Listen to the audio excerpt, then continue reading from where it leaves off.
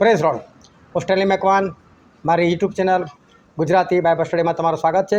મારી ચેનલને આજે અત્યારે આગળ તમે સબસ્ક્રાઈબ કરો અને ઈશ્વરના જ્ઞાનમાં તમે વધતા જાઓ। પૃથ્વી પર જે કંઈ થઈ રહ્યું છે તે જ ફરી પાછું થવાનું છે અને જે અગાઉ થશે હજુ પણ જે થશે એ પણ કે છે પહેલાં થઈ ગયેલું છે। બાઇબલ એવું કહે છે કે પૃથ્વી પર કશું જ નવું નથી। આશ્ચર્ય થાય શું પૃથ્વી પર કશું નવું નથી? આ રોજને નવી શોધખોળ થાય છે। શું એન્ડ્રોઈડ મોબાઈલ પહેલાં કદી આપણે જોયેલા હતા? આજથી વર્ષો પહેલાં હતા મોબાઈલ? એન્ડ્રોઈડ મોબાઈલ નહોતા। તો બાઇબલ તો એવું કહે છે કે જે અત્યારે છે એ પહેલાં થઈ ગયેલું છે। તો પહેલાં ક્યારે થઈ ગયું? શું દાઉદના સમયમાં એન્ડ્રોઈડ હશે? શું આદમના સમયમાં એન્ડ્રોઈડ હશે? શું એન્ડ્રોઈડ મોબાઈલ પહેલાં હશે? શું ટીવી બધા પહેલાં હશે? શું આ મિસાઇલો, આ પ્લેન, આ બધું વર્ષો પહેલાં હતું શું? અને ફરી પાછું ખોવાઈ ગયું હોય, લોકો ભૂલી ગયા હોય, ટેકનોલોજીમાંથી નીકળી ગયા હોય અને ફરી પાછું અત્યારે ફરી પાછું શોધી શકતા હોય, આવું કશું હશે? શું કહેવા માગે છે ઈશ્વર વચન? શું ખરેખર એવું છે કે આ બધું નવું નવું થઈ રહ્યું છે કે પછી આ નવું જે થઈ રહ્યું છે એ પહેલાં પણ થઈ ગયું છે? અને થઈ ગયું તો ક્યારે થઈ ગયું છે? કેવી રીતે થઈ ગયું છે? એ જાણવા માટે આ વિડીયોને તમે આખો જુઓ।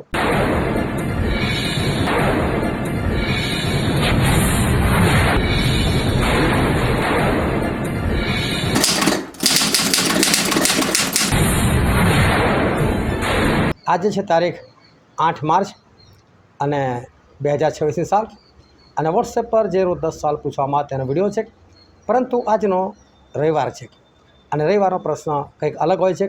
અને આજનો પ્રશ્ન એવો છે, હું તમને વાંચીને બતાવું છું કે જે થઈ ગયું છે તે થવાનું છે અને જે કરવામાં આવ્યું છે તે જ કરવામાં આવશે અને પૃથ્વી પર કંઈ જ નવું નથી।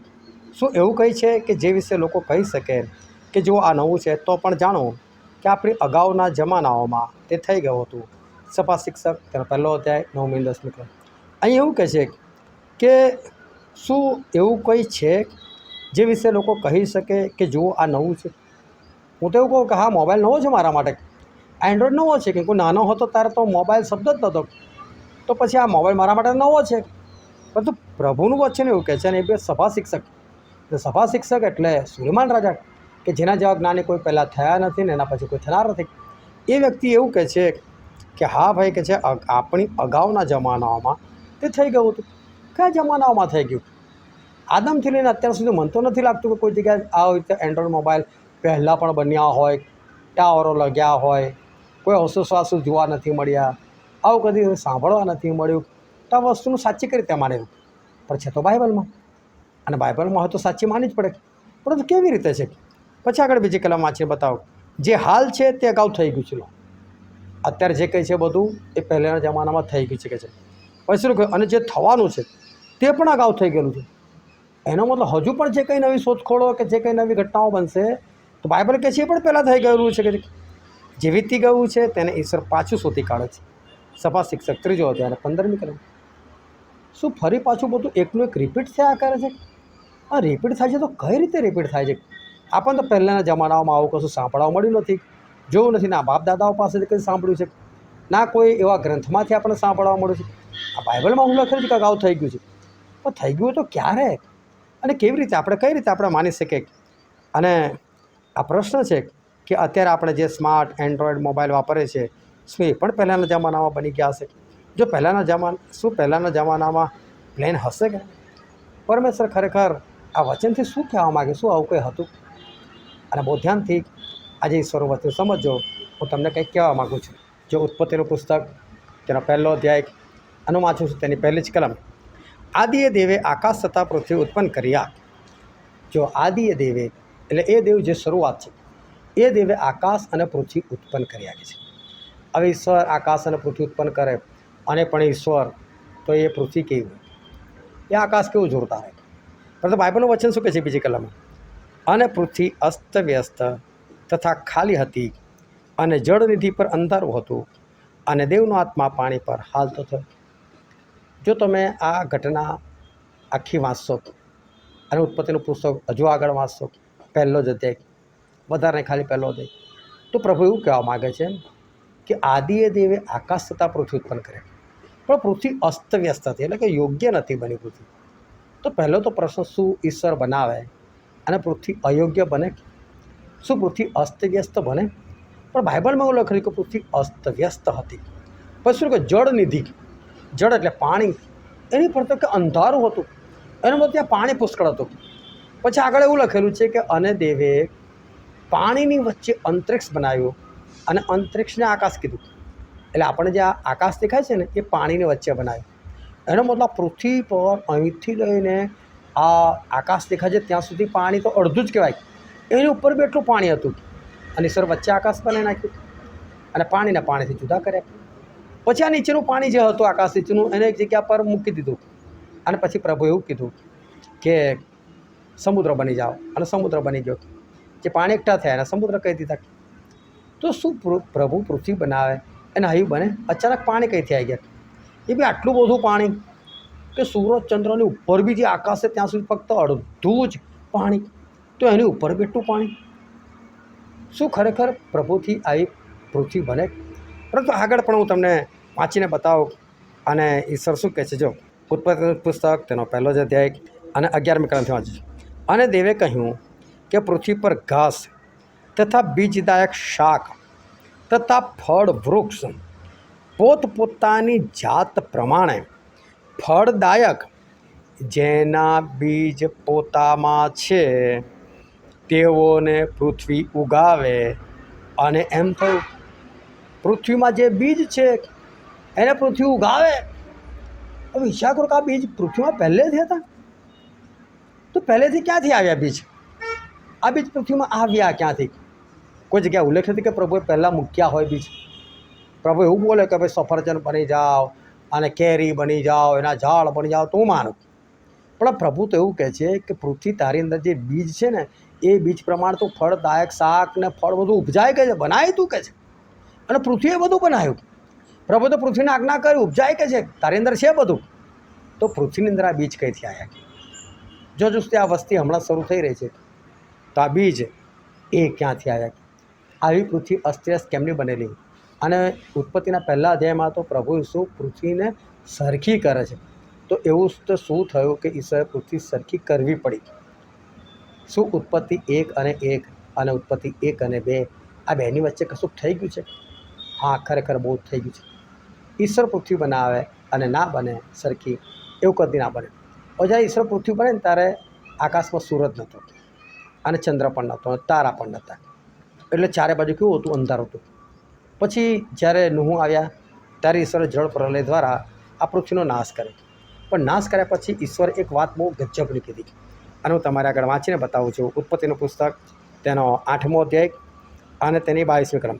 પૃથ્વી રહેશે ત્યાં લગી વાવણી તથા કાપણી, ઢાળ તથા ગરમી, ઉનાળો તથા શિયાળો ને દહાડો તથા રાત થયા વગર રહેશે નહીં. અહીં બાઇબલ એવું કહે છે કે જ્યાં સુધી આ પૃથ્વી રહેશે ને ત્યાં સુધી ઘણું બધું લખેલું છે કે એક તો વાવણી કાપણી મને એનાથી અત્યારે મતલબ નથી, ઢાળ અને ગરમી, ઉનાળો અને શિયાળો એટલે કે ઋતુઓ એનાથી મને મતલબ નથી. પણ જે ખાસ વાત, દહાડો તથા રાત થયા વગર રહેશે નહીં. દાડો ક્યારે થાય? સૂરજ ઉગે ત્યારે. રાત ક્યારે પડે? જ્યારે સૂરજ આથમી જાય ત્યારે. અને આખી પૃથ્વીમાં દરેક જગ્યાએ રાત નથી હોતી, અને દરેક જગ્યાએ સવાર નથી હોતી, દરેક જગ્યાએ બપોર પણ નથી હોતી. સૂરજ જેમ જેમ જાય એમ સવાર અલગ અલગ જગ્યા પર પડતી રહે છે, બપોર થતી રહે છે. આ પ્રમાણે ઘટનાક્રમ ચાલતો રહે છે. એનો મતલબ તમારે ત્યાં ભલે રાત હોય પણ કોઈ બીજી જગ્યાએ તો બપોર હોય જ હોય. એટલે સૂરજ 24 કલાક કોઈને કોઈ જગ્યાએ તો પ્રકાશ તો હોય છે જ હોય છે. આ તમને એટલા માટે કહું છું કે જ્યારે ઈશ્વરે પૃથ્વી બનાવી ઉત્પત્તિ 1 અને 1, અને પછી બીજી કલમમાં સૂરજ નહોતો અને જબરદસ્ત અંધારું હતું. અને અંધારું કયું હતું? આખી પૃથ્વી પર હતું. હવે યર્મિયા પ્રબોધકને એકવાર દર્શન થાય છે, અને યર્મિયા પ્રબોધક દર્શનમાં કશું જુએ છે. હું તમારા આગળ વાંચીને બતાવું છું. યર્મિયા પ્રબોધકનું પુસ્તક તેનો 4થો અધ્યાય અને 23-26 કલમ. મેં પૃથ્વીને જોઈ તો જુઓ તે અસ્તવ્યસ્ત હતી, અને આકાશોને જોયા તો તેઓમાં અજવાળું નહોતું. આ યર્મિયા પૃથ્વીને જુએ છે કેવી અસ્તવ્યસ્ત. તો તમે જુઓ, આદમને બનાવ્યા પછી કદી પૃથ્વી અસ્તવ્યસ્ત થઈ નથી. આદમને બનાવ્યા પછી પૃથ્વી પર કદી અંધારું છવાયું નથી. કેમ? કારણ કે પ્રભુએ નૂહને કીધેલું હતું જ્યાં સુધી પૃથ્વી રહેશે ત્યાં લગી દિવસ અને રાત થયા વગર રહેશે નહીં. યહોશુઆના સમયમાં સૂરજ રોકાઈ ગયો, પણ ગાયબ થઈ ગયો હોય અને અંધારું થઈ જાય એવું નથી બન્યું. પ્રભુ ઈસુ ખ્રિસ્ત બધા સંપર્ક હતા ત્યાં 3 કલાક અંધારું છવાઈ ગયું. આપણે માની લઈએ આખી દુનિયામાં છવાઈ ગયું, પણ 3 કલાક માટે. પણ આખો દિવસ એવું તો બન્યું જ નથી. અને એ સમય કોઈ પૃથ્વી અસ્તવ્યસ્ત થઈ નથી. બીજું, યર્મિયા તો દર્શન જુઓ છે, એને તો પહેલેનું દેખાય છે. તો યર્મિયાને કઈ પૃથ્વી દેખાય છે? આ એ પૃથ્વી દેખાય છે જે ઉત્પત્તિ પહેલો અધ્યાય અને તેની બીજી કલમમાં હતી એ પ્રમાણે પૃથ્વી અસ્તવ્યસ્ત દેખાય છે અને પૃથ્વી પર અંધારું હતું. પછી શું કહે છે? મેં પર્વતોને જોયા તો જુઓ તેઓ કંપતા હતા ને સર્વ ડુંગરો થરથરતા હતા. મેં જોયું તો જુઓ કોઈ મનુષ્ય દેખાતું ન હતું ને આકાશોના પક્ષીઓ નાસી ગયા હતા. મેં જોયું તો જુઓ પ્રસાળ ભૂમિ વેરાન થઈ હતી. જો એ મનુષ્યની વાત કરે છે, એ આકાશોના પક્ષીઓની વાત કરે છે કે આ બધું દેખાતું નહોતું. એનો મતલબ હોવું જોઈતું હતું, છે પણ દેખાતું નથી. કેમ દેખાતું નથી? હવે એક કહે છે, અને યહોવાની સમક્ષ તેના ભારે કોપને લીધે તેના સર્વ નગરો પાયમાલ થયા હતા. આ પૃથ્વી પરના નગરો પાયમાલ થયેલા હતા ઈશ્વરના ભારે કોપને કારણે. ઈશ્વર પોતાના કોપથી પૃથ્વીનો નાશ કરેલો. ક્યારેક? ઉત્પત્તિ પહેલો અધ્યાય પહેલી કલમ અને ઉત્પત્તિ પહેલો અધ્યાય એની બીજી કલમ, આ બેની વચ્ચે. હા, આદમની પહેલાં પૃથ્વી હતી, આદમની પહેલાં વસ્તી હતી. અને એ વસ્તી કેટલો સમય ચાલી, એ સમયમાં શું શું હતું આપણને કશું જ નથી ખબર. પરંતુ એ સમયે પૃથ્વી ચાલેલી હતી, માણસોની વસ્તી થઈ હતી, પક્ષીઓ, પ્રાણીઓ, પશુઓ હતા. એ બધાનો પ્રભુએ નાશ કરી નાખેલો. હજુ પણ તમને બીજી કલમથી તમને બતાવું. બીજો પિત્તર 3 અધ્યાય અને 5મી કલમ વાંચું. કેમ કે તેઓ જાણી જોઈને આ ભૂલી જાય છે કે દેવના શબ્દે કરીને આકાશો પ્રથમથી હતા અને પૃથ્વી પાણીથી તથા પાણીમાં બાંધેલી હતી. આ કઈ પૃથ્વીની વાત કરે છે? ઉત્પત્તિ પહેલો અધ્યાયની બીજી કલમમાં કે પૃથ્વી પાણીમાં હતી અને પાણીથી બાંધેલી હતી. જો આ પિત્તરને પણ ખબર પડે છે. અને પછી પિત્તર શું કહે છે? તેથી તે વેળાનું જગત પાણીમાં ડૂબીને નાશ પામ્યું. તમે નૂહનું ના કહેતા? નૂહના સમયમાં દરેક પશુ પક્ષીઓની એક જોડ અને 8 માણસો બચી ગયેલા હતા. જળચર બધા બચી ગયેલા હતા. એનો મતલબ એવો થયો કે આખા જગતનો નાશ નહોતો થયો, પરંતુ આ તો એવું કહે છે કે તે વેળાનું જગત પાણીમાં ડૂબીને નાશ પામ્યું. એનો મતલબ ઉત્પત્તિ પહેલો અધ્યાય પહેલી કલમ, ઉત્પત્તિ પહેલો અધ્યાય અને બીજી કલમ વચ્ચે એક પૃથ્વી, એટલે આ જ પૃથ્વીનો ગોળો હતો, એની પર વસ્તી હતી અને એનો નાશ થયો હતો. ઈશ્વર ભયંકર રીતે નાશ કર્યો હતો. હજુ બી તમને વિશ્વાસ માટે બીજી કલમ બતાવો. હિબ્રુઓના પત્ર તેનો પહેલો જ અધ્યાય અને તેની પહેલી અને બીજી કલમ. પ્રાચીન કાળમાં પ્રબોધકો દ્વારા આપણા પૂર્વજોની સાથે દેવ અનેકવાર તથા અનેક પ્રકારે બોલ્યો. ઈશ્વર અનેક પ્રકારે બોલ્યા. તે આ છેલ્લા સમયમાં પુત્ર એટલે કે પ્રભુ ઈસુ ખ્રિસ્ત, કે જેને તેણે સગડાનો વારસ ઠરાવ્યો. પ્રભુ ઈસુ સગડાના વારસ. અને વળી જેના વડે એટલે કે પ્રભુ ઈસુ ખ્રિસ્ત વડે તેણે જગતોને ઉત્પન્ન કર્યા, તે દ્વારા આપણી સાથે બોલ્યો. જગતને ઉત્પન્ન કરવું, જગતોને. એનો મતલબ આદમ પહેલાં પણ એક જગત હતું અને આદમ પછી આ બીજું જગત. એક પૃથ્વી એટલે કે આ ગોળો તો આનો આ જ હતો, તો આની પર વસ્તી હતી. એ પૃથ્વી કેટલો સમય ચાલી મને નથી ખબર, પરંતુ બહુ લાંબી ચાલી હશે, 1000 વર્ષ ચાલી હશે. એમાં જ આ શૈતાન એ હતો અને ત્યારે જ એ શૈતાન બનેલો. અને એ વખતે પૃથ્વીનો નાશ કરેલું છે. અને એ જમાનામાં પૃથ્વીની જે કંઈ ટેકનોલોજી વધી હશે ને, એ માટે બાઇબલમાં સભા શિક્ષક એવું કહે છે, કશું જ નવું નથી. જે પહેલાં થઈ ગયેલું છે એ જ ફરી થશે. જો કોઈ માણસ એવું કહે કે આ નવું છે, તો કે નવું નથી. આપણી અગાઉના જમાનાઓમાં તે થઈ ગયું. એ અગાઉનો જમાનો એટલે આદમની પહેલાંનો જમાનો. એમાં આ ટીવી, એન્ડ્રોઈડ મોબાઈલ, મિસાઇલો બધું થઈ ચૂકેલું છે. કઈ વસ્તુ આ પૃથ્વી પર નવી નથી. એ અગાઉના જમાનામાં જે કંઈ થયું છે એ જ અત્યારે ફરી થઈ રહ્યું છે. શૈતાન ફરી લોકોને એ જ આઈડિયા આપી રહ્યો છે અને લોકો એ પ્રમાણે કામ કરી રહ્યા છે. તો ખરેખર એક અગાઉનો જમાનો હતો અને એની અંદર આ પૃથ્વીનો નાશ થયેલો હતો. પૃથ્વી બહુ આગળ વધેલી હતી અને આખરે પૃથ્વીનો નાશ કર્યો હતો. એ જમાનામાં બધું જ થઈ ગયેલું હતું. પૃથ્વી પર ખરેખર કશું નવું નથી. ઈશ્વર તમને આશીર્વાદ આપે. આમેન.